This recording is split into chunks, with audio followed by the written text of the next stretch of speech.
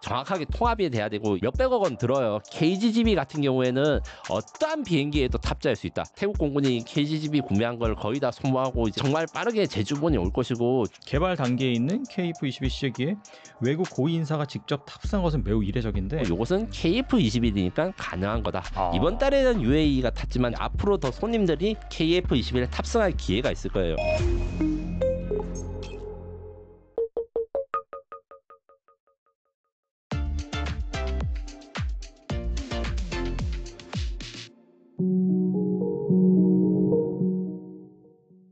네, 김민석 특파원님 모셨습니다. 안녕하세요. 안녕하세요. 네, 특파원님 모시고 또 여러분들이 궁금해하시는 또 전쟁 이슈, 그다음에 이 무기 방산 이슈에 대해서 살펴볼 텐데, 얼마 전에 이 태국과 캄보디아의 전투가 있었는데 뭐 지금은 끝났습니다. 끝나긴 했는데 여기에서 한국산 그 KGGB가 이스라엘제 무기를 대신해서 뭐 전세를 바꿨다, 이런 좀 평가가 나오면서 그 부분이 재조명되기도 했습니다. 그래서 KGGB가 가진 차별화된 성능은 무엇인지, 그리고 정말 전장에서 게임 체인저로 평가받는 핵심 요인은 무엇일까요? 네, 일단 KGGB가 만능과 무적의 무기는 아니지만 딱 필요할 때 필요한 성능과 필요한 역할을 할 수 있기 때문에 이렇게 주목받은 것이기 때문에 제가 KGGB에 대해서 요런 건 좋다, 요런 거는 숙제가 필요하다, 요게 정리를 하겠습니다. 앞서 말씀드린 대로 이스라엘제 무기 대신에 KGGB가 활약했다. 요게 정확하게 어떻게 정리한다면, 태국과 이제 캄보디아의 분쟁 기간 동안 F-16이 캄보디아 영토에 공격을 했는데, 처음 공격했을 때는 리자드3라는 레이저 유도 폭탄으로 공격을 했어요. 레이저 유도 폭탄은 정확도가 굉장히 좋습니다. 내가 레이저를 유도하는 대로 폭탄이 가기 때문에 아마 영화 트랜스포머라든가 아니면 밀리터리 이제 그 영화 같은 거 보시면 항상 나와요. 막 특수부대가 조준하고 있으면 거기에 폭격이 정확하게 가는 거. 근데 요거 같은 경우에는 레이저를 쏴줘야 되는 부담감이 있고 거리가 짧습니다. 대략 이제 거리에 따라 한 10km, 15km인데 요 정도쯤 되면 요즘의 미사일들은 10km, 15km 넘는 미사일들이 많거든요. 그래서 KGGB가 가진 장점 두 가지를 저는 이야기를 할 수 있는데, 그래서 활공이 된다. 이게 정말로 중요한 거고, 활공이란 건 글라이드란 건데, 쉽게 말해서 폭탄에는 아무것도 날개도 없고 그냥 떨어뜨린 거기 때문에 사거리가 짧은데, 요거를 개량하기 위해서 뭐 엔진을 달기도 하고 로켓을 달기도 하고 이렇게 있는데, 날개를 다는 게 가장 가성비가 좋다. 왜냐? 추진기관이나 이런 게 복잡한 부품이 없기 때문에 이제 날아가지고 활공을 한다. 글라이더를 하는 게 KGB고 그 사거리가 70에서 110km까지 됩니다. 그렇기 때문에 웬만한 이제 지상의 공격 미사일, 뭐 우리나라 뭐 천궁2 뭐 이렇게 이야기한 것도 천궁2 한 40km 정도 사거리거든요. 네네. 그거를 더 멀리서 공격할 수 있다. 이런 장점이 있고, 그럼 그냥 멀리서 그냥 직선으로 갈 수 있냐? 아닙니다. 이 활공 비행을 하면서 이제 선해 비행을 하면서 만약에 산 뒤쪽에 적들이 숨어 있으면 위치만 알고 있으면 산을 피해 가지고 공격을 하거나 아니면 각도를 높여서 최종 발사 각도를 하는데, 폭탄이 멀리서 터질 때는 반경이 넓어지지만 대신에 피해 깊게 숨어 있거나 방어된 거에선 잘 파괴하지 못하고, 이제 가까이 갔을 때는 반경은 좁아들지만 이 한쪽에 점을 집중할 수 있는 거죠. 이런 것들에 대해서 조절할 수 있는 게 이 활공 기능이다. 두 번째로는 이제 통합이라고 이야기를 할 수 있는데, KGGB 인터페이스 유닛 KIU라는 게 이 KGGB 판매의 핵심입니다.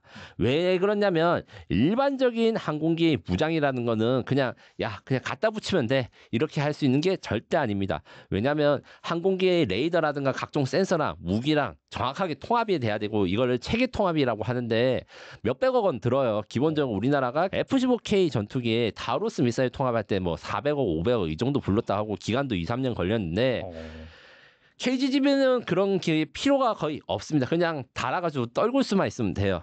이 무슨 말이냐면, 직접적으로 항공기에 통합이 되지 않아도 이 KIU의 조종사가 GPS 공격 좌표 이런 거 입력하면 KGGB가 거기에 맞춰서 갑니다.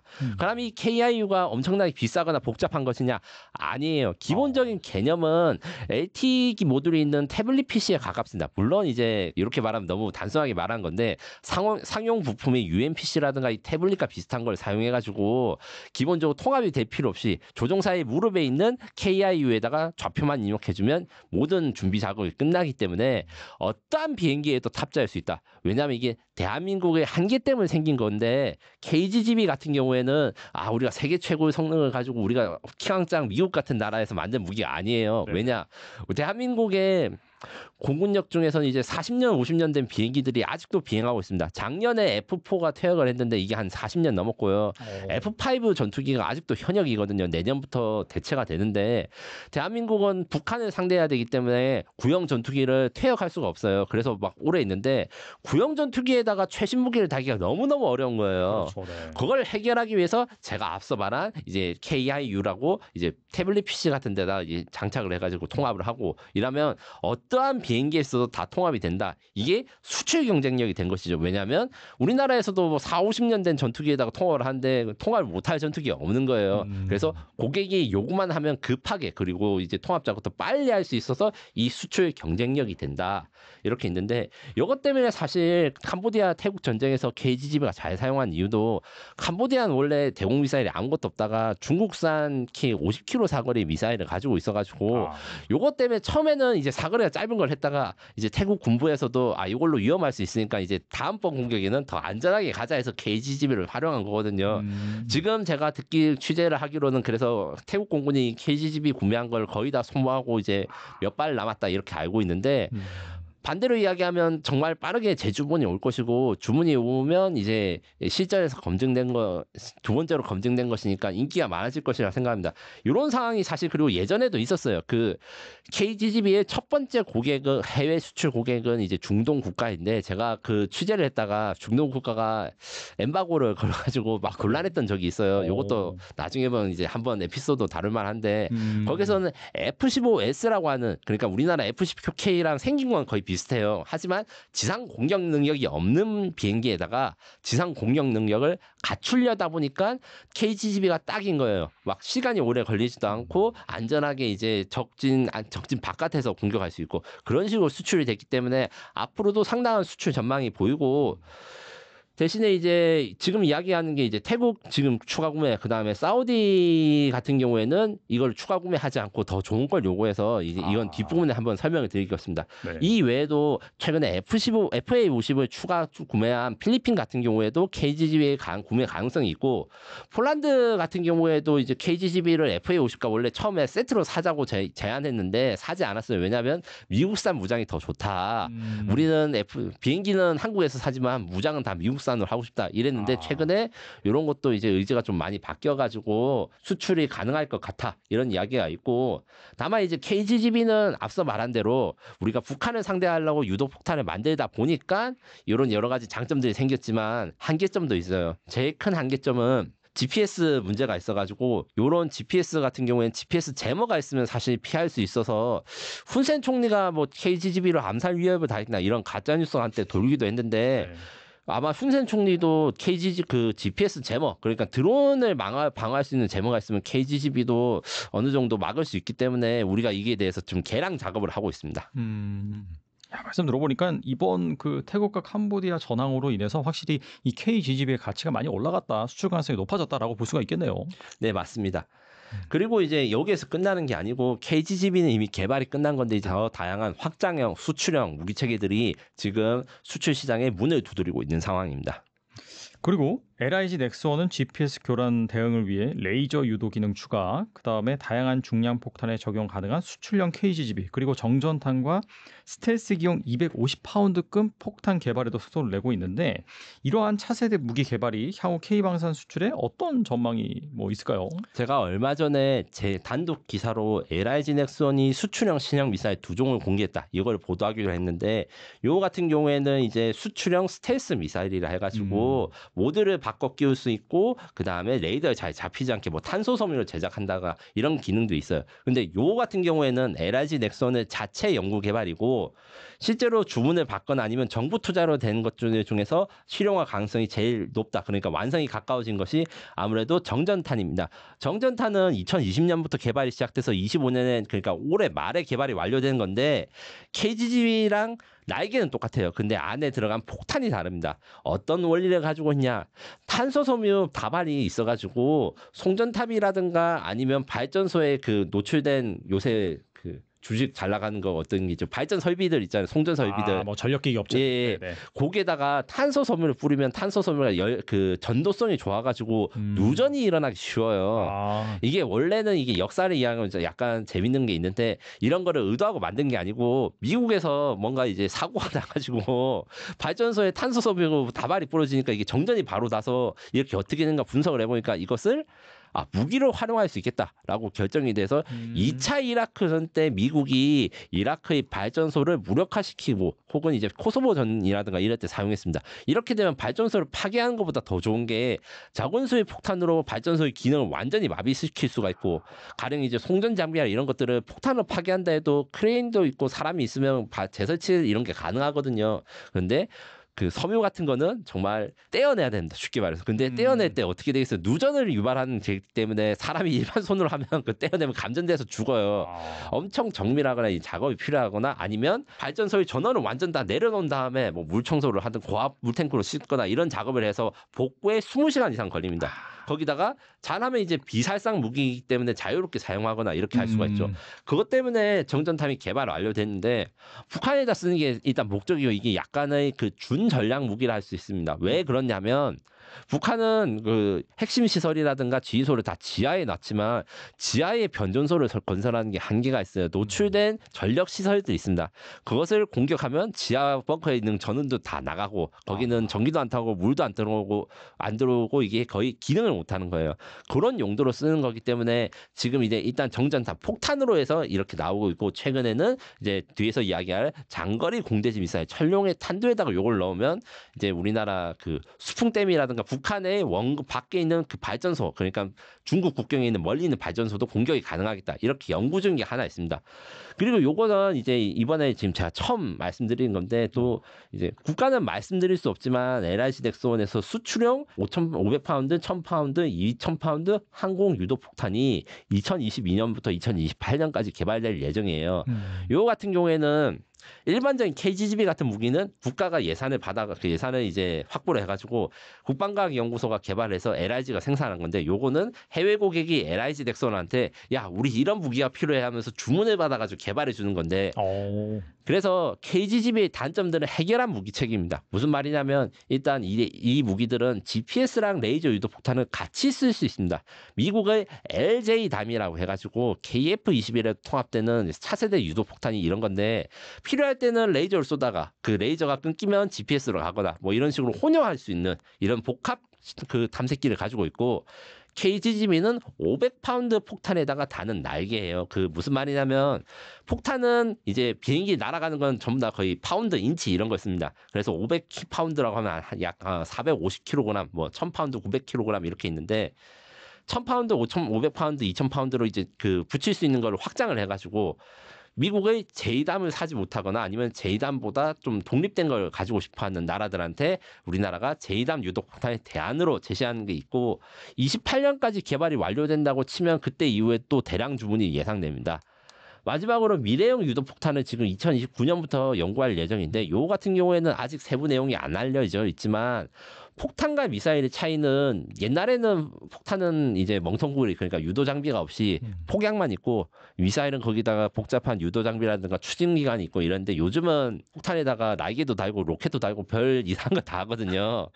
그렇기 때문에 가격이 저렴한 건 폭탄, 가격이 비싼 건 이제 정밀 유도 무기 혹은 미사일로 분류하는 게 맞을 것 같은데 이 폭탄 같은 경우에는 가성비가 그 어느 것보다 중요한 제품이기 때문에 대한민국이 잘 만드는 주력 상품이 될 수 있다 이렇게 생각하시면 됩니다. 그리고 최근 UAE 국방차관이 KF-21 시제기에 탑승해서 이영수 공군 참모총장과 함께 우정 비행을 실시를 했습니다. 개발 단계에 있는 KF-21 시제기에 외국 고위 인사가 직접 탑승한 것은 매우 이례적인데 이번 KF-21 체험 비행이 K방산 패키지 수출로 이어질 가능성 어떻게 보시나요? 네, KF-21의 그 외국 군인들이 타거나 비행하는 거에 대해서는 이례적인 건 맞는데 이제 앞으로 상시적으로 우리가 아주 익숙해지는 소재가 될 겁니다. 이번 달에는 UAE가 탔지만 저번 달에는 폴란드에서 오셨고 이제 앞으로 더 손님들이 KF-21에 탑승할 기회가 있을 거예요. 요게 대한민국의 KF-21 개발의 특성 그다음에 우리나라 수출 세일즈 산업의 좀 독특함이 결합된 것인데 왜 그렇게 됐냐면 KF-21이 지금 현재 시험 비행을 남겨두고 있지만 앞으로 진행한 비행들 그러니까 기본적인 비행 같은 거는 검증이 잘 돼 있고 그리고 개발 과정 중에서 뭐 비행기가 추락하거나 사고가 난 게 없어요.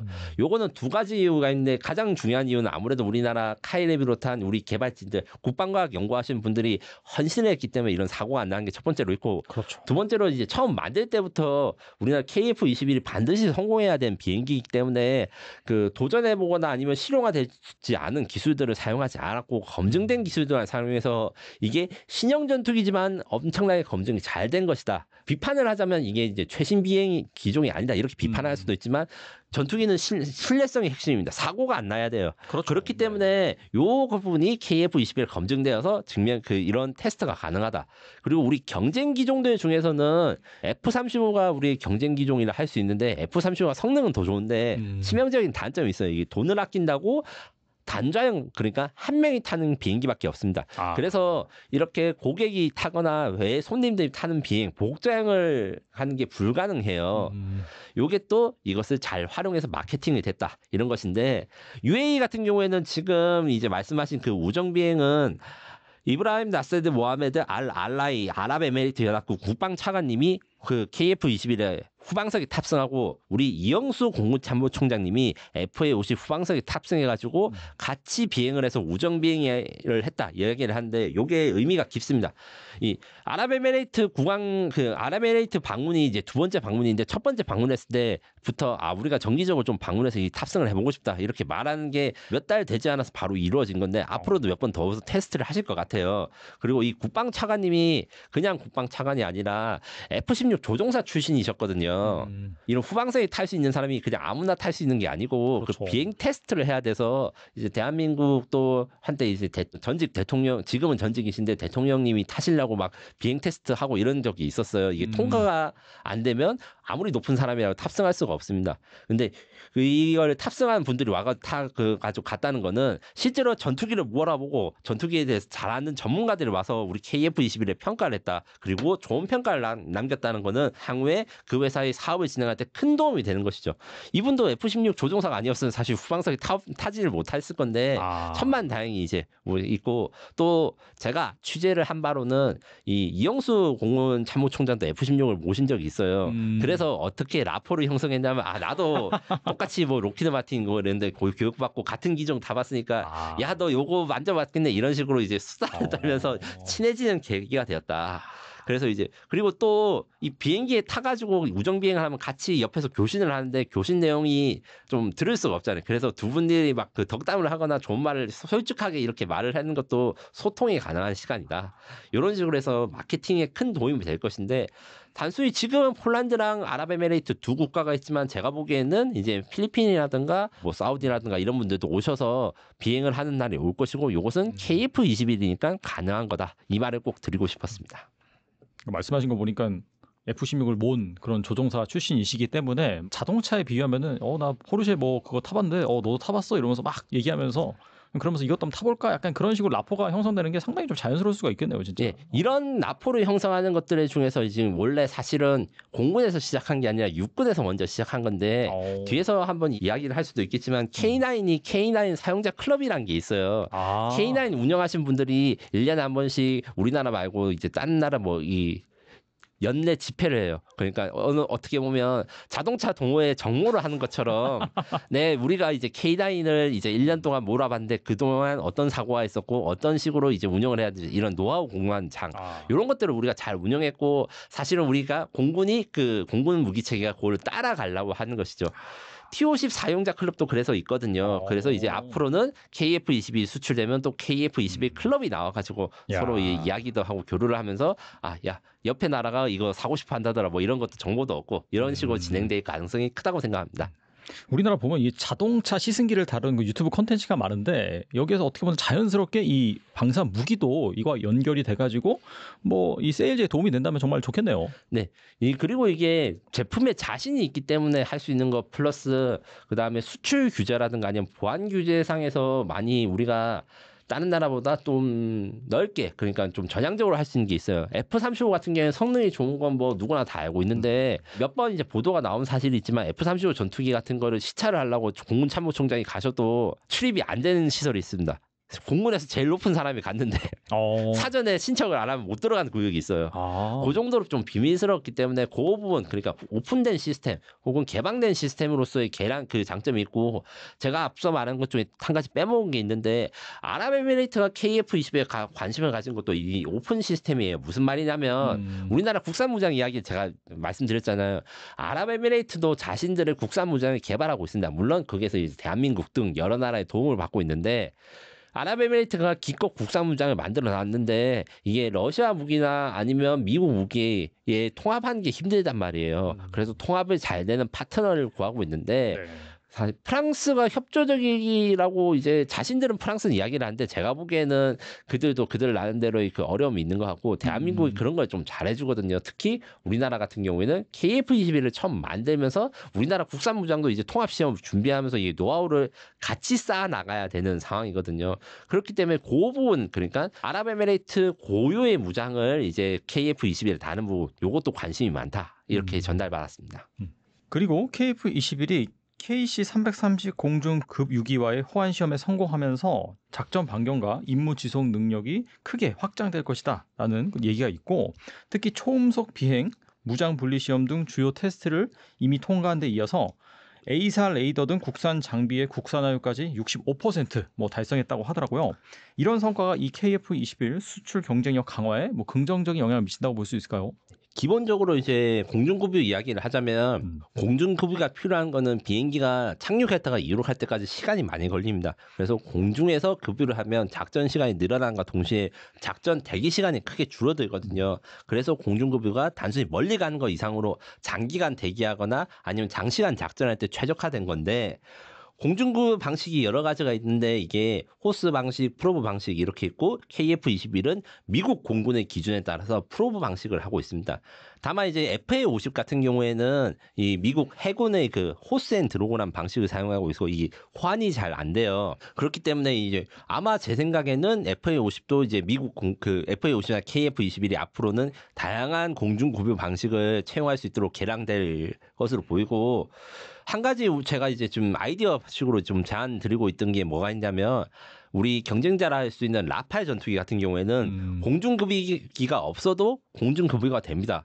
이게 무슨 말이냐고 하면 버디 투 버디라는 형식이 있어요. 공중급유기는 다들 한번 보셨겠지만 여객기거든요. 국제선 여객기라 할 수 있는 A330 우리나라 아니면 보잉 767 이런 걸 쓰는데 여기 가격이 좀 비싸고 안 가지고 있는 나라가 꽤 많아요. 미국 해군에서 처음 발명된 방법이 뭐냐면 전투기끼리 연료를 주고받는 거예요.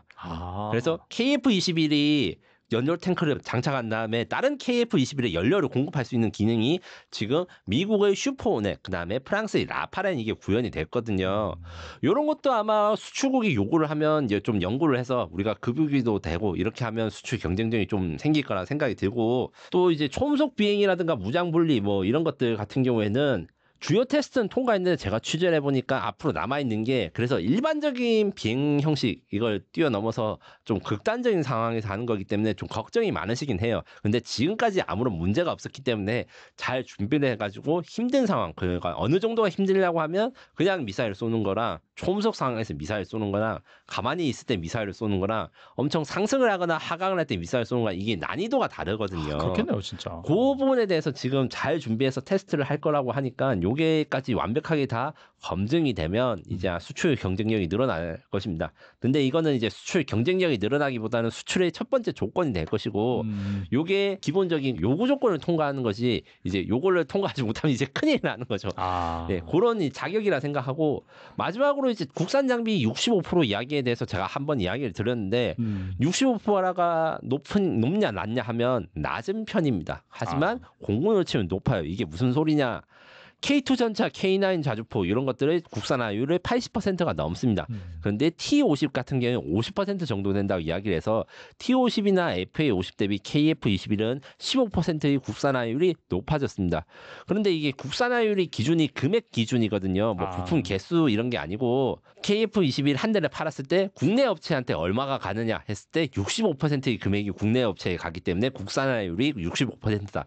이래가지고 이렇게 돼 있기 때문에 단순히 수치가 낮다고 이제 하시는 게 아니고 그렇게 이제 낮게 말씀하시는 게 아니라 하면 안 되고 핵심 무기 그러니까 항공전자가 거의 다 우리가 국산화를 이루었기 때문에 우리가 자유롭게 항공기와 무장을 통합하고 이 엔진 레이더 같은 걸 업그레이드 할 수 있고 다만 우리 숙제가 엔진에 대해서 국산화율이 낮다. 그래서 나머지 35%는 엔진 국산화에 달려 있다. 이렇게 정리할 수 있습니다. 아무래도 전투기의 심장이 엔진이다 보니까 이거 금액이 상당하다 보니까 이거를 국산 아직 못 해가지고 그 정도 국산으로 보이고 있다라고 볼 수 있겠네요. 네, 맞습니다. 약 200억 정도 생각하시면 되고요. 지금 이제 국내에서 생산을 하는데 이게 라이센스 생산이라고 해가지고 이제 도면 그러니까 제너럴 일렉트릭으로부터 도면이나 부품을 받아서 한국에서 최종 조립을 하는 이렇게 생각하시기 수준이고 우리가 독자적으로 엔진에 무슨 팬을 설계한 걸 적용하거나 이런 걸로 하려면 아직 그게 멀었기 때문에 첨단 엔진 사업이라는 게 존재해서 그런 걸 이제 추진을 하겠다 이렇게 선언을 하는 거죠. 뭐 한화랑 두산이 잘 하고 있으니까 뭐 기다려 보죠. 네. 네. 그리고 KF21은 나선형 개발 방식을 통해서 단계적으로 이제 성능을 업그레이드할 계획인데 2026년부터는 공대공 임무 중심의 블록 1, 2027년 이후에는 공대지 타격 능력을 갖춘 블록 2, 그리고 2030년대에는 5.5세대급 스텔스 성능을 갖춘 블록 3까지 계획이 되고 있는데 이렇게 단계적으로 전력화를 추측하는 그런 뭐 이유가 있는지 여기에 장단점이 있을까요? 세상의 거의 모든 전투기가 이런 단계적 개발 방식을 하고 나선형 방식이라 하면 사실 나선형이랑 단계적 개발은 약간 다른 의미인데 F-35가 모범적인 나선형 개발을 했고 요거는 무슨 말이냐 F-35는 그 나왔을 때 세상에 존재하지 않는 기능과 새로운 능력들이 많았어요. 그래서 너무 리스크가 높기 때문에 그 존재하지 않는 것에 대해서 기능을 구현하고 증명하려면 충분한 준비 시간이 필요하는데 일단 기능이 구현되는 것부터 작투입을 하자. 그리고 검증된 것부터 하자는 게 나선형 개발이고 그러면 이제 단계적 개발도 똑같은 거 아니냐는데 단계적 개발에서 KF-21 단계적 개발은 사실은 이런 나선형 개발 그러니까 존재하지 않는 거를 만드는 거 아니라 다른 나라들이 이미 확보한 기술을 우리가 확보한다는 식으로 해서 우리의 예산과 중요도에 따라 가지고 돈을 투입을 어느 프로젝트에 먼저 하거나 어느 작업에 먼저 하느냐 요 순서를 조정하는 게 그 단계적 개발 살라미 전술이라고 할 수 있는 이런 걸 사용한다 생각하시면 돼요. 그래서 KF-21의 단계적 개발 같은 경우에는 블록 1, 2가 확정돼가지고 하는 건데 1보다 2가 늦게 나온 건 단순히 이제 1을 만들고 나면 2를 만들기 쉽기 때문이에요. 그러니까 공정상으로 이제 이야기를 해야 되는데 공대공 능력을 먼저 갖추면 뭐가 증명되느냐 비행 성능이 다 검증이 돼요. 왜냐하면 공대공 임무를 할 때 탑건을 그 영화 기억하시면 알겠지만 막 기동을 하잖아요. 그렇죠. 지상 공격을 할 때 아주 낮게 나는데 그 지상 공격보다 이제 공중전 기동이 더 격렬하기 때문에 공중전부터 먼저 하는 거 하나랑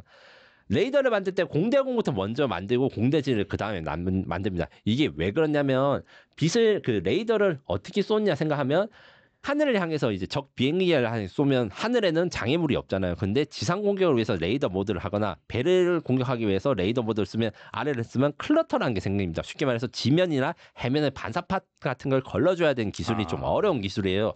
이런 식으로 해서 이런 게 이걸 먼저 만들어야지 뒤있기 쉽겠구나. 이런 식으로 블록 1, 2가 구현되어 있는 것이고 블록 2 이후는 사실 결정되지 않았고 지금 논의를 많이 하고 있습니다. 블록 3냐 KF-21EX냐 이렇게 질문하시는 분들이 저한테 많아요. 정확히 말하면 KF-21EX는 정부가 블록 3를 만들겠다고 결정할 때 카이는 정부한테 이런 식으로 블록 3를 만들어 보겠습니다 하는 제안서에 가깝습니다. 혹은 카이가 정부가 이제 만약의 경우 블록 3를 만들지 않았을 때 카이가 자체적인 예산과 노력으로 해서 만들려면 이렇게 하겠습니다. 이런 것입니다. KF-21EX의 실용화가 2039년이 목표예요. 이게 완전 실용화인데 이렇게 돼서 KF-21EX가 너무 늦게 나오는 거 아니냐. 그때쯤 되면 뭐 저도 환갑이 돼 있을 거고 지금으로부터 한 14년, 15년 이상 걸리는데 요렇게 되는 거는 이제 정부 지원을 아예 안 받고 그러니까 카이 자체적으로만 했을 때 그 정도 걸린다는 거고 블록 3가 결정되고 그다음에 개발 방식과 어떤 걸 만들지가 이제 조정이 되고 나면 그거보다 더 빨리 나올 수 있을 것이다. 왜냐하면 국책 사업으로 지원을 받기 때문에.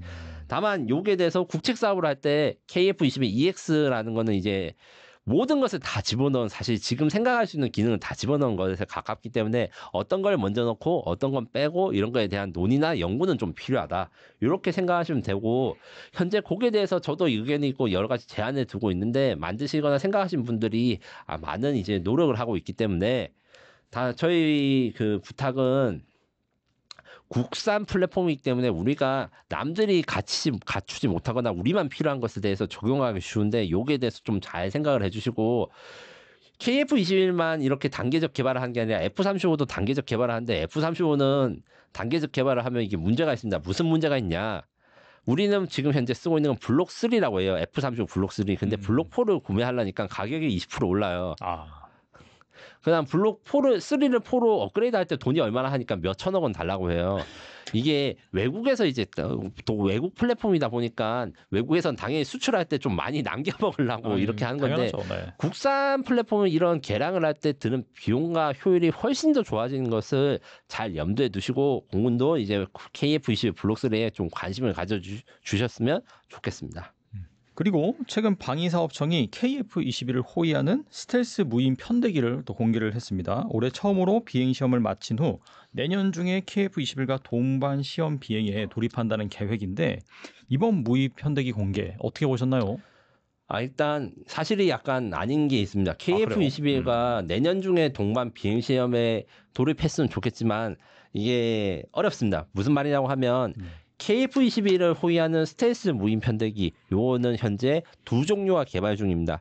첫 번째로 말씀하신 어떤 대한항공이 제작하는 로어스라고 하는 무인 편대기인데 요 같은 경우에는 올해 말 초도 비행을 하고 2027년까지 KT-1 훈련기와 같이 비행을 합니다. KT-1 훈련기는 현재 기본 훈련기라는데 쉽게 말해서 프로펠러 비행기예요. 이게 개발 과정이나 여러 가지 사정을 생각해서 KF-21에 통합을 하려면 이게 시간이랑 일정이 안 맞아가지고 이렇게 선택을 했는데 그래서 2027년까지 우선은 이제 이 무인 편대기가 훈련기랑 통합을 하고 그 이후에 KF-21이랑 이제 통합하는 작업이 따로 필요하고요. 대한항공 외에도 카이가 자체적으로 AAP라고 하는 무인 편대기 기본형을 만들고 있습니다. 요거는 로어스보다 훨씬 작은 비행기. 그러니까 로어스 같은 경우에 몇 톤, 한 4, 5톤 정도 되는데 요거는 150kg이에요. 크기는 작지만 그 자율 비행 기술이나 이런 것들에 대해서 카이가 상당히 많이 노력을 해서 올해 초도 비행을 하고 2027년까지 FA50과 같이 비행을 하는 것을 목표로 하고 있습니다. 사실은 이제 올 서울 에어쇼에도 이게 실물을 둘 다 볼 수 있을 것이고 특히 로어스 무인 편대기 같은 경우에는 이번 서울 에어쇼에서 최초 공개가 되는데 실제로 보시면 되게 커요. 생각보다 크고 좀 놀라요. 왜냐하면 KF-21이나 F-15 같은 사람이 탄 비행기를 보시다가 무인 전투기를 보면 무인 전투기도 사람이 안 탔으니까 좀 작고 별로라고 생각하실 수 있는데 대한항공이 만든 중고도 무인기도 사실 KF-21보다 크기가 크고 그래요? 예, 로어스 요거 같은 경우에는 이 중고도 무인기보다는 작지만 상당히 볼륨이 있습니다. 요래 가지고 아마 임팩트가 있을 거라고 생각을 하고 다만 이건 있어요. 뭐가 있냐면 앞서 말했는데 지금 두 종류의 무인 편대기가 개발되고 있고 KF-21에 어떤 게 통합될지 요게 사실 결정을 하려면 시간이 좀 필요해요. 대한항공과 카이가 각각 자신들의 모델을 만들어서 결정을 하는데 제가 보기엔 요것도 이제 앞으로 뒤에 말씀드린 이제 첨단 엔진이나 이런 몇 번 말씀드렸던 사업들을 국책 사업으로 간다고 제가 말씀드렸는데 요것도 정부랑 공군이 이게 기종 선정을 어떻게 할 것인가 이런 걸 정해가지고 만들고 표준화된 무인 편대기 규칙 이런 걸 만들어야 되는데 요 같은 경우에는 지금 현재 좀 해외 협력이라든가 이런 것들과 이슈가 있습니다. 무슨 말이냐면 제가 이번에 사람들이 중요한 뉴스인데 놓친 게 하나 있습니다. 네. 대한항공의 그 로어스 무인 편대기는 제트 엔진을 가진 무인 전투기거든요. 그거랑 비슷한 거를 미국도 만들고 있는데 미국에 있는 제작사가 대한항공에 연락을 해서 이게 협력을 할 가능성이 있습니다. 이게 공개된 뉴스인데 사실은 이 중요한 게 사람들이 왜 주목을 안 하지 하는 게 있어요. 안두리라는 회사가 있어요. 팔머 럭키라는 대표가 있는 그 어떻게 보면 그 팔란티어 요즘 잘 나가잖아요. 엄청 잘 나가죠. 최고죠. 팔란티어의 네. 형제 회사라고 할 수 있습니다. 이 투자자가 같기 때문에 안드릴이 대한항공과 이제 MOU를 맺었어요. MOU를 맺은 게 뭐냐면 한국의 아스널 코리아라는 걸 만들고 이걸 대한항공과 합계하겠다. 여기에 대해서 정확하게 지금 어떤 것을 합계하겠다라고 이야기를 안 했는데 이 로어스랑 비슷한 정도의 그 무인 전투기 수요가 미국에 굉장히 많이 있어요. 이것을 CCA라고 합니다. 안드릴 같은 경우에는 잘 나가긴 한데 공장이 많이 없어요. 생산 기지가 필요하고 그래서 잘 됐을 경우에는 대한항공과 협력해서 그래서 로어스가 우리 KF-21에도 통합되는데 대한항공이 이제 미국에도 이 비슷한 비행기를 만드는 부품을 공급하거나 아니면 조립 공장으로 유출을 할 수 있는 거죠. 이렇게 되면 수요가 엄청나게 많아지겠죠. 이런 것들처럼 여러 가지 좋은 소식들이 많이 이야기가 되는데 한 가지 어려움이 있어요. 인공지능 만드는 게 너무 어렵다고 합니다. 인공지능이요. 예, 이런 걸 만들 때 필수적인 게 이제 AI 들어가는 거라서 지금 국내 기술로 열심히 만들고 있긴 한데 이제 해외 국제 협력도 아무래도 난이도가 높다 보니까 이런 이야기가 나오고 있고 요게 대해서 우리가 남들보다 먼저 만들 수 있으면 그 소버린 AI 요새 이야기를 하고 다른 산업 분야에서 많이 이야기를 하는데 국방 분야에서도 큰 발전이 예상됩니다. 근데 이게 대한항공에 그 MOU를 맺고 또 제작이라든지 뭐 그런 부분 요청했다는 것 자체가 확실히 이 대한민국의 그런 기업에 대한 경쟁력을 미국에서 인정해줬다 그렇게 볼 수도 있겠네요. 네, 그리고 실제로 이런 급의 비행기를 만들어서 비행을 실제로 해본 게 튀르키예, 미국 정도밖에 없기 때문에 유럽도 한번 시험기만 하고 말았어요. 그렇기 때문에 한국이 다른 건 좀 뭐 그 뒤처지더라도 지금 열심히 이 무인기에 대해서 투자를 하고 특히 CCA라는 이 사업 관련해 가지고 많이 연구를 하면 한국이 얻을 수 있는 산업 분야, 그 다음에 방위 사업의 발전 분야가 굉장히 클 것이라 생각합니다. 그리고 최근 호주 전략정책연구소가 사거리 한 3,000km에서 5,500km급 장거리 이동식 탄도미사일 도입 필요성을 제기를 했는데 이게 보니까 미국의 다크 이글, 이스라엘의 제리코 3 그리고 한국의 현무 5가 유럽 후보군으로 거론이 되고 있더라고요. 호주가 이처럼 장거리 미사일 전력 확보에 주목하는 배경은 무엇일까요? 네, 이 ASPI라는 그룹이 호주의 공식적인 연구 싱크탱크는 아니야 민간 싱크탱크지만 호주의 그 전략 정책이나 이런 연구에 대해서 굉장히 영향력이 있습니다. 사실은 저희 에비에이션 위크 한국 특파원으로 제가 직함이 있는데 저희 전임 상사 그러니까 전직 에비에이션 위크 아시아 태평양 지부장께서 여기에 대해서 지금 현재 여기에서 활동을 하고 계세요. 그래서 몇 가지 뉴스나 이런 거 좀 알고 있는데. 현무 5를 정확하게 원하는 이유는 기본적으로 이동식 탄도미사일에 대해서 호주가 관심을 가지고 있고 현무 5가 그 몇 가지 안 되는 대안을 가지고 있기 때문입니다. 다크이글이라고 하는 미국의 탄도미사일은 지금 이제 곧 실전 배치가 될 것 같은데 요게 사실은 장점은 있어요. 장점이 뭐냐면 이게 극초음속 미사일이라서 중국이 요격하기 굉장히 어렵고 원래 미국이 중국과 대결하기 위해서 만든 무기이기 때문에 호주의 취향이 맞으나 딱 한 가지 문제가 있습니다. 사거리가 짧아요. 요거는 한 1,500km에서 2,000km 정도 사거리라서 호주가 생각하는 건 한 5,000km 정도 되는 미사일이 필요하다.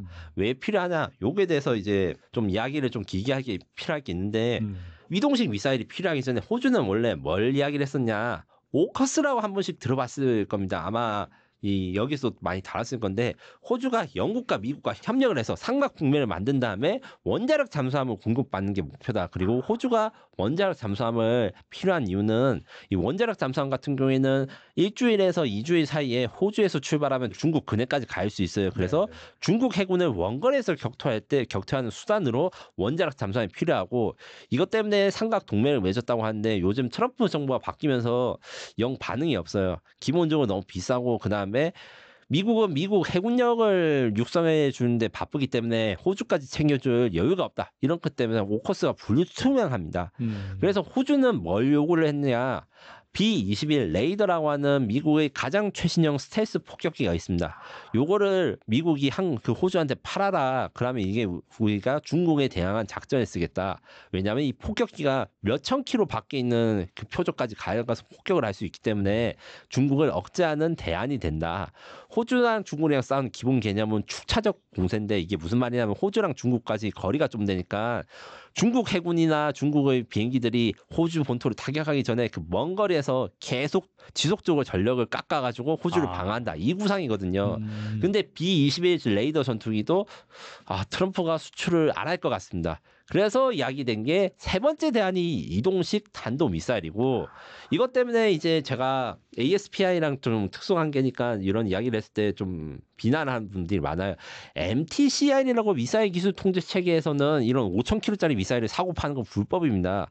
근데 이게 기술 통제 불법이라고 해가지고 약간 오해를 하시는데 이게 기술 통제 체제 그러니까 법적 규정이 아니라 협약이거든요. 그래서 이제 국가안보 조약이라 이런 걸로 해서 바이패스할 수 있는 경로가 있습니다. 대한민국도 MTCI 가입국이잖아. 그래서 장거리 미사일로 바꿀 수 있는 현무 3, 현무 4, 5를 가지고 있는 거고 그래서 지금 이 이야기 나온 건 호주가 원자력 잠수함을 일단 구매할 수 있는 국가예요. 원자력 잠수함 우리나라 구매 못 합니다. 네. 법적으로 구매가 이제 뭐 국제법으로 불법이 이런 건 아닌데 현실적으로 구할 수가 없는데 호주는 구해요. 이거는 호주의 특수성 그러니까 영어를 쓰는 백인 국가라 가지고 이 특혜가 있었기 때문에서 그래서 MTCR에 수출이 안 되는데 이게 무슨 말도 안 되는 소리야 가짜뉴스 팔지 마라 이렇게 하는데 지금은 현실성이 낮은 건 맞은데 호주는 미국으로부터 스텔스 폭격기도 아무한테도 안 주는 건데 호주는 자기가 살 수 있을 거라 생각하거든요. 이 특수 관계 때문에.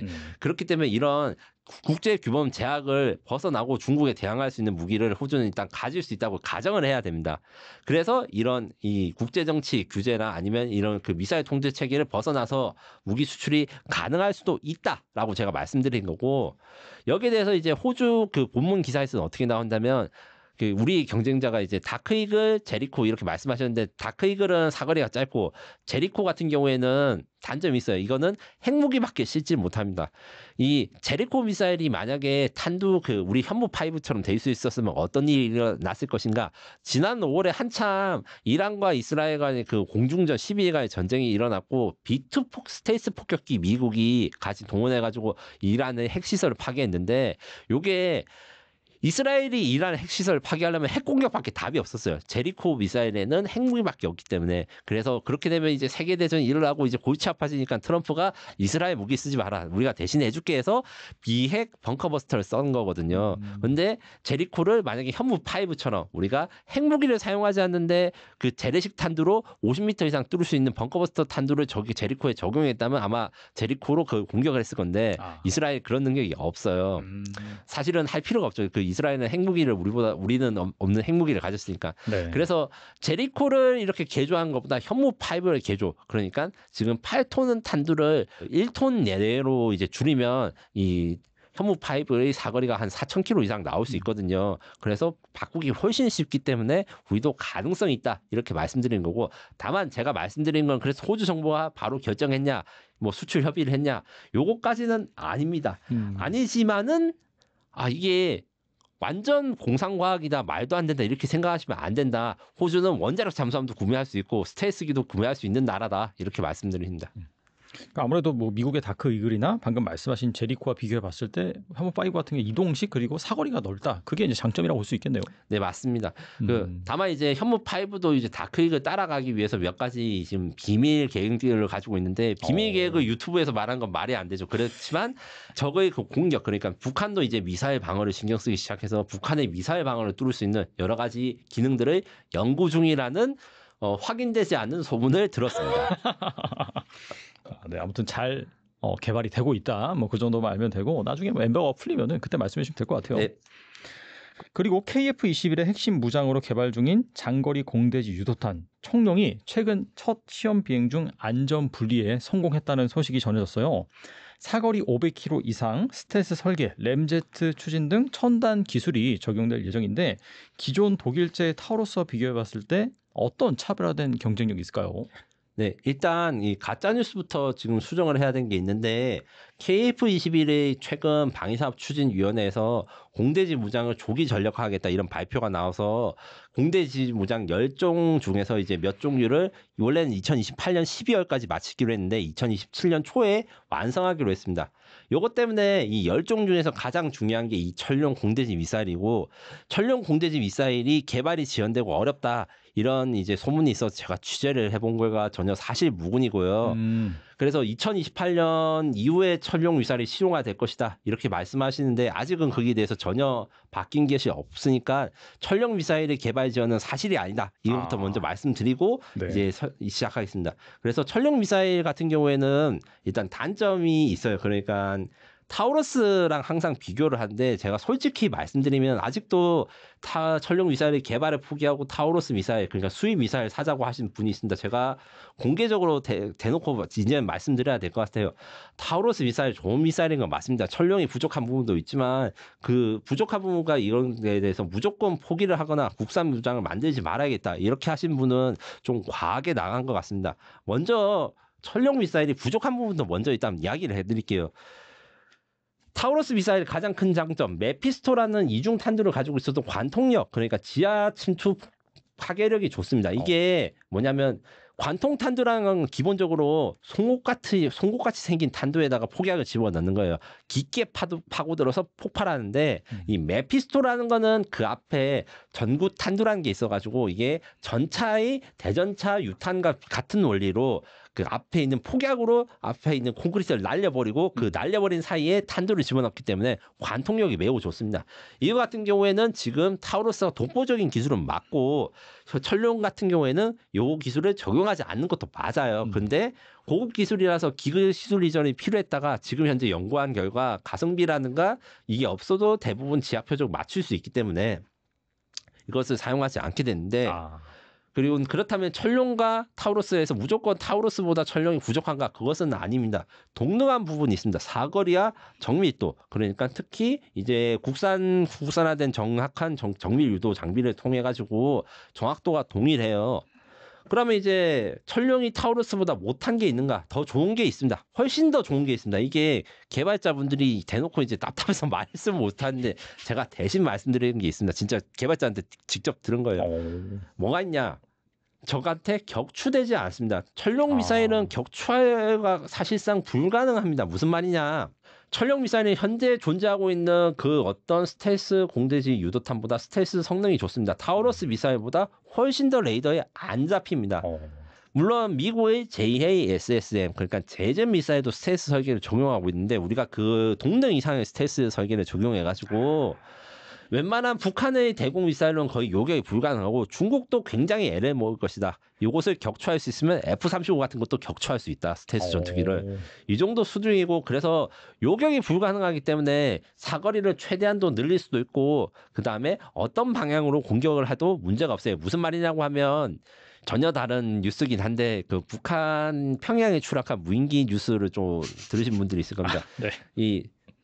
요거 관련해서 이제 수사 관련해서 들어갈 때 침투를 할 때 침투 경로를 미리 설정해야 돼요. 그 레이더의 음영 구역이라고 해가지고 북한이 대공 레이더를 하면 그 피하는 구역으로 이제 비행 경로와 설정을 해야 되거든요.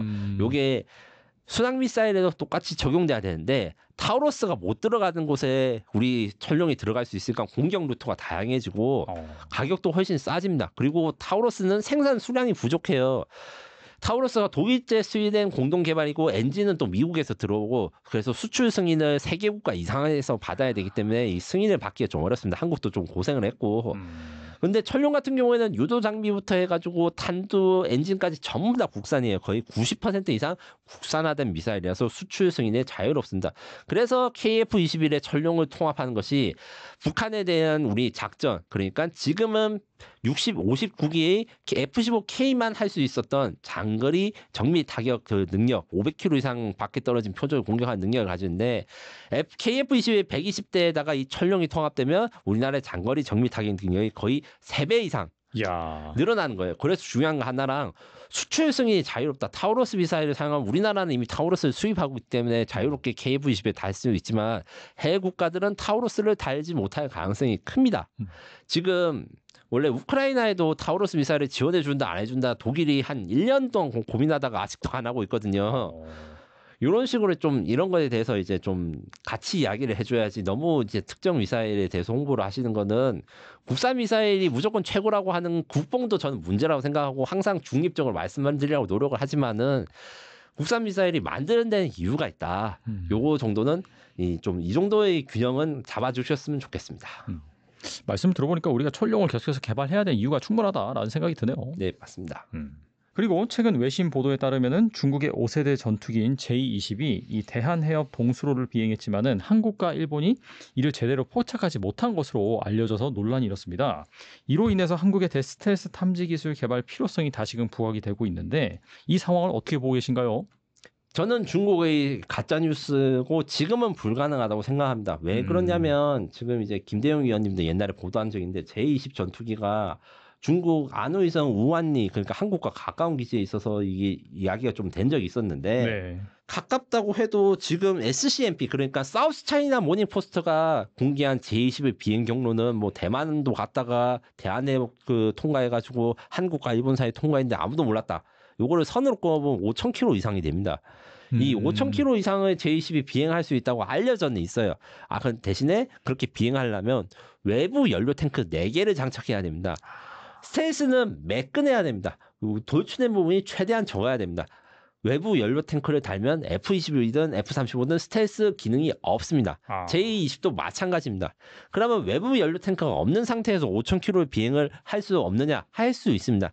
제가 아까 전에 일부에서 KF-21에 대해서 이야기했을 때 공중급유 이야기를 했는데 J-20도 공중급유를 하면 5,000km를 비행할 수 있어요. 그런데 공중급유 같은 경우에 중국은 H6를 개조한 공중급유를 쓰는데 쉽게 말해서 탐지가 너무 잘 돼요. 우리나라 조기 경보기로 400km 밖에서 탐지가 되는 엄청 큰 비행기입니다.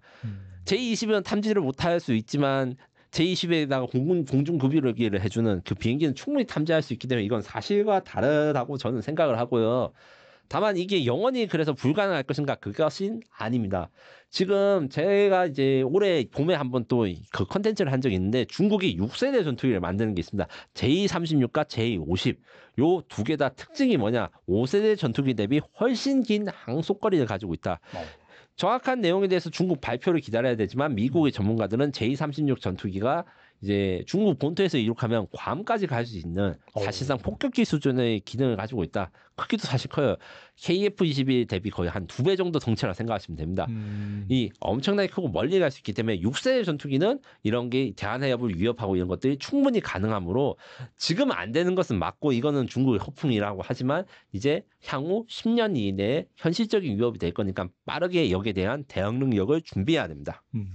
안 그래도 뭐 관련 질문을 좀 드리면은 뭐 J-35, 뭐 J-20 이런 것들은 초음속 순항 능력을 가지고 있어서 뭐 요격이 어렵다 이런 분석도 있고요.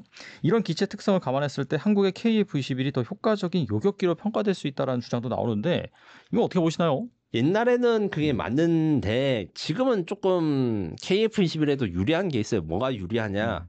초음속 순항이라는 건 기본적으로 경쟁 항공기보다 30% 이상 빠른 것을 의미합니다. 무슨 소리냐?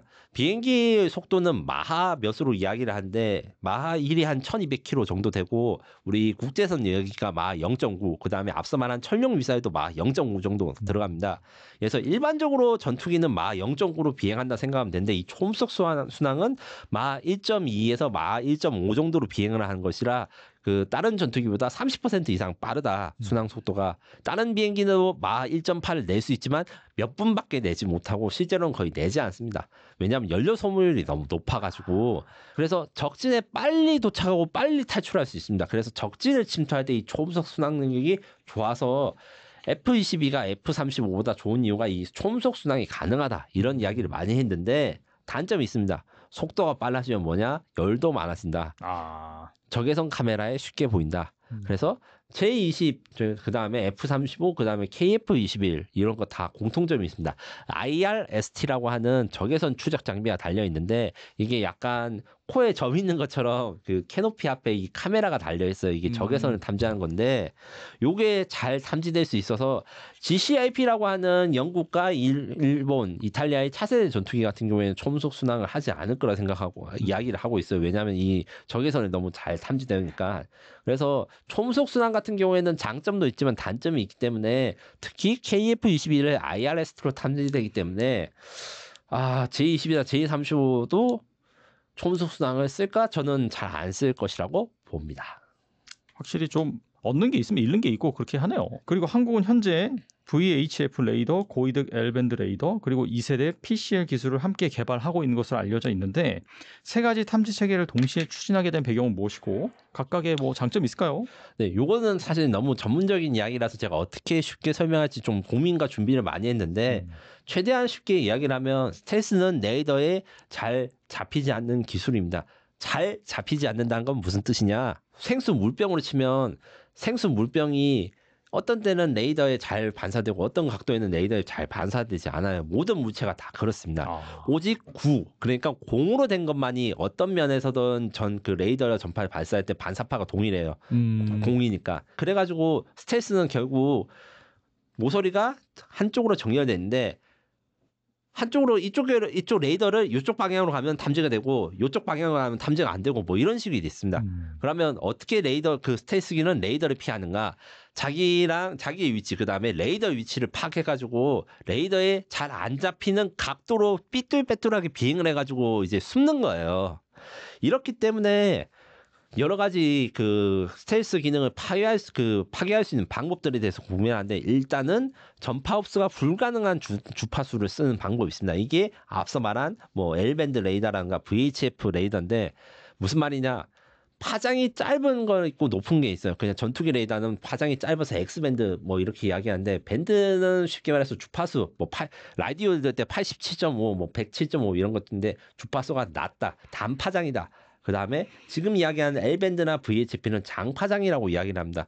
파장이 길면 이게 그 레이더 전파를 흡수해야 되는 에너지가 많이 필요해서 그 스텔스기를 탐지할 수 있다고 해서 만들었는데 만들고 보니까 단점이 있어요.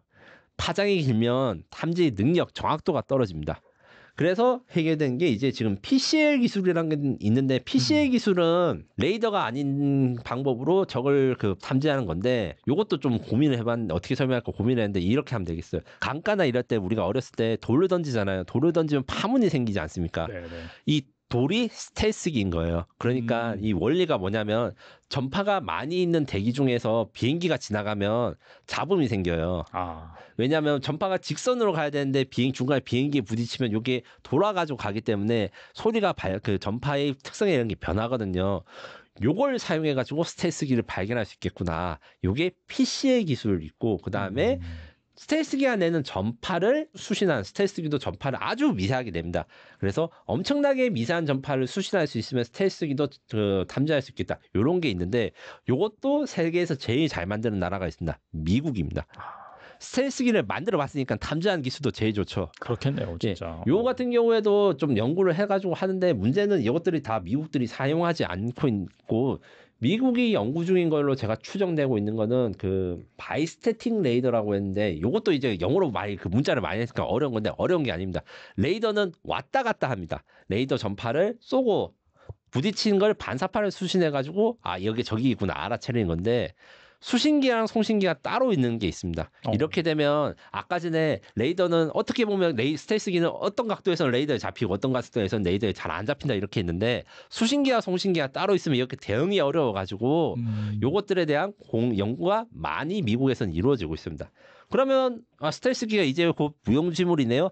아닙니다. 이런 장비들의 경우에는 가장 큰 단점이 있는데 지금 연구되고 있는 것들 중 대부분은 자기의 위치를 노출해요. 그래서 스텔스기를 탐지하는 레이더가 만들어져도 스텔스기는 그걸 피할 수 있어요. 그 근처로 안 가면 되거든요. 예.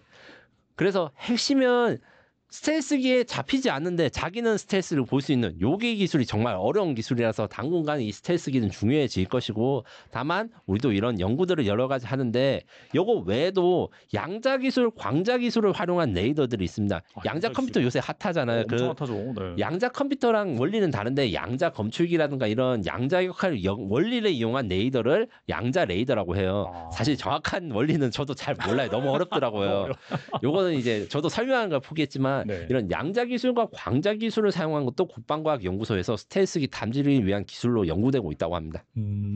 야, 이런 것들이 정말 구현이 된다면은 이 방산업계 어떻게 본다면 구체적으로 말씀드리면 이 스텔스기 산업에 뭔가 엄청난 파장을 일으킬 수도 있겠네요, 진짜. 네, 와. 그렇습니다. 근데 저는 어떻게 생각하냐면 결국에는 스텔스기 탐지하는 건 어떻게든 만들 수 있지만 내가 탐지하고 있는 거를 안 들켜야지 스텔스기가 도망을 못 가고 탐지되고 격추되거든요. 모기를 잡을 때 서로 볼 수 있다. 예, 모기채 드는 걸 모기가 알면 도망가서 우리가 못 잡습니다. 그거랑 똑같은 원리예요. 정말 이 창과의 방패 계속해서 어떻게 발전되는지 살펴볼 필요가 있을 것 같고요. 또 최근 우리 정부가 8조 원 규모의 폴란드 잠수함 현대화 사업을 수주하기 위해 대통령 특사단을 보낸 것으로 알려졌습니다. 최근 방위비 증액을 내세우는 EU 국가들의 유럽산 무기 구매 우선 계획으로 한국이 발목을 잡히자 특사단을 꾸렸다라고 하는 후문인데 폴란드가 유럽 국가들과의 압박을 뚫고 우리와 계약을 체결할 수 있을까요? 일단 어려운 점부터 먼저 말씀드리겠습니다. 사실 어려운 점이 적잖이 있습니다. 기본적으로 프랑스, 독일 눈치를 폴란드가 볼 수밖에 없고, 프랑스 마크롱 대통령은 대놓고 EU 회의에서 미국산이나 한국산 무기 사지 말고 유럽산 무기 사라고 막 이렇게 연설도 해요. 프랑스 입장에서 속이 탑니다. 그 자신들의 방위 사업들은 그래도 독일보다는 나은데 자꾸 이제 프랑스산 무기를 유럽 애들이 안 산단 말이지. 여기에 대해서 걱정을 실제로 해요. 다만 프랑스가 요구를 해서 무조건 유럽 국가들이 사는 건 아니지만 실제로 성사된 사례들이 있습니다.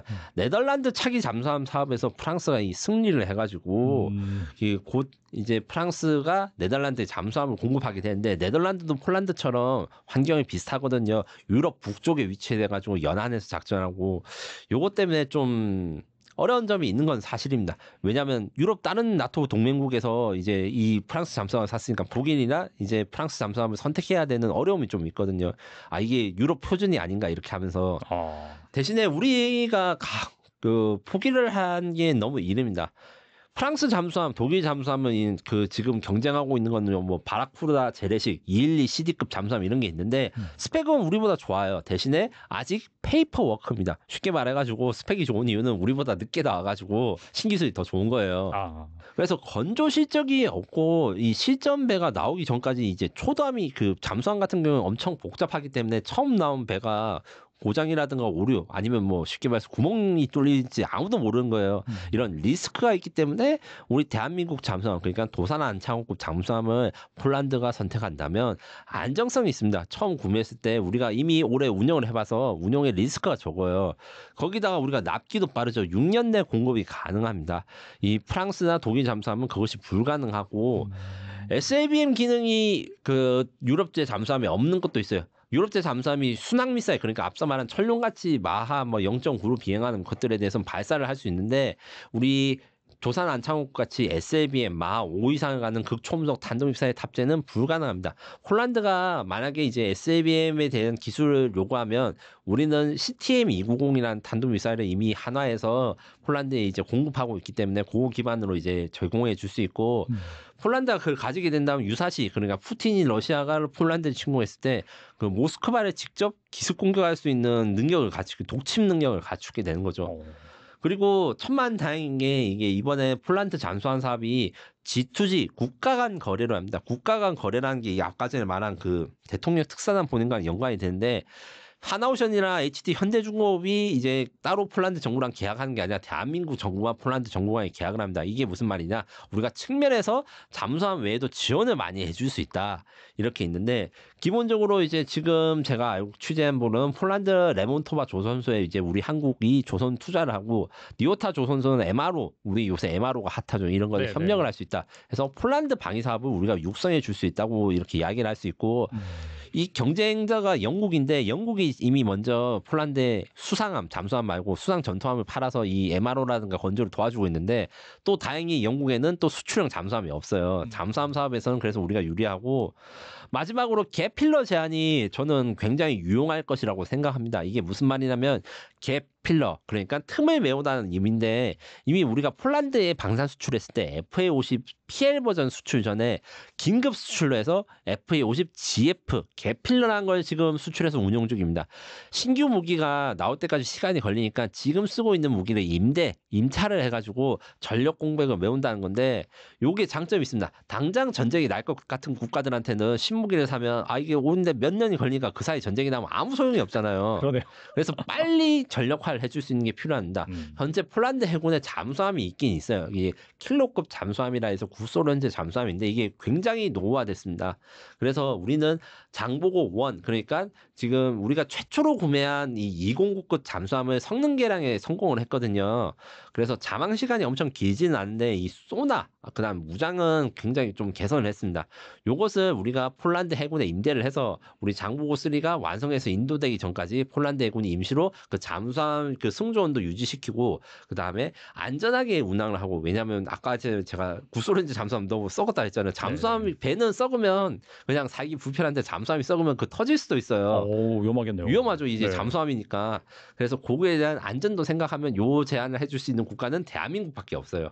그래서 저는 상당히 폴란드에 대해서 좀 기대를 걸어볼 만하다. 물론 이제 작년에 좀 힘들었고 캐나다랑 사우디 잠수함도 독일과 프랑스의 공격이 장난이 아닙니다. 얘들이 실용화가 안 돼 있으니까 약속들을 더 많이 공수표를 내비치는 경향이 있어요. 우리는 직접 운영이 되고 지금 바다를 떠다니고 있으니까 네. 그만큼 이 실전 운영을 하고 있다는 게 해외 수출, 방사 수출 시장에선 강력한 힘이 되는데 요게 대해서 영국과 프랑스를 이길 수 있는가? 요게 대해서는 지금 정부간 거래이기 때문에 이 국가의 노력과 그다음에 협력의 의지가 좀 굉장히 중요하다 생각하고 그러면 너는 폴란드 잠수함에서 한국이 무조건 이길 거야? 너 돈을 걸 수 있어? 돈을 뭐 전 재산은 걸 수는 없지만 진짜 솔직하게 말씀드리면 저는 굉장히 노력만 하면 될 수 있다. 그래서 응원을 할 수 있다. 이 정도로 말씀드릴 수 있는 상황입니다. 폴란드가 우리나라에 대해서 좋은 감정을 가지고 있어가지고 이번에 뭐 국군의 날 행사에서도 뭐 언급이 되기도 하고 좀 뭐 그렇게 비관적이라고 볼 수는 없겠네요. 다만 이제 폴란드도 이제 어떤 게 있냐면 아직까지는 독일이나 프랑스 같은 유럽산 무기 선호 경향이 있어요. 폴란드 대통령 그러니까 총리님이가 연설하신 거 저도 지금 기억이 정확하게 안 나는데 K2 전차 사겠다고 연설한 게 딴 이유가 있습니다. 그 왜 그러냐면 계속 더 좋은 독일제 전차 사면 안 되겠나 이렇게 말하는 사람이 폴란드에 있어요. 아 그래서. 예. 왜냐하면 근데 운영해 보니까 K2 전차 훌륭한 거는 현장에선 다 알지만 그렇죠. 이 정말 솔직히 말하면 이런 방송을 하는 게 폴란드에도 밀리터리 방송이 있고 저같이 말씀하시는 분들이 있는데 그분들은 항상 최고의 스펙 가장 세계에서 그렇죠. 좋은 거를 이제 폴란드가 샀으면 좋겠다 이렇게 말씀하신 것 때문에 옛날에 지금 진짜 많이 줄어드는데 2022년에 처음에 한국산 전차 수입한다 했을 때 폴란드 밀리터리 매니아들이 굉장히 반응이 안 좋았어요. 야 한국 그 뭐 삼성 휴대폰이 좋은 거 알고 현대차 좋은 거 알겠는데 무기도 잘 만들어? 근데 이제 FA50 GF 그다음에 K2 전차 K9 자주포를 수입해 보니까 한국 방산의 저력을 이제 알아가지고 이제 좀 괜찮은가 보다 싶은데 잠수함이 이제 쐐기를 잡아야죠.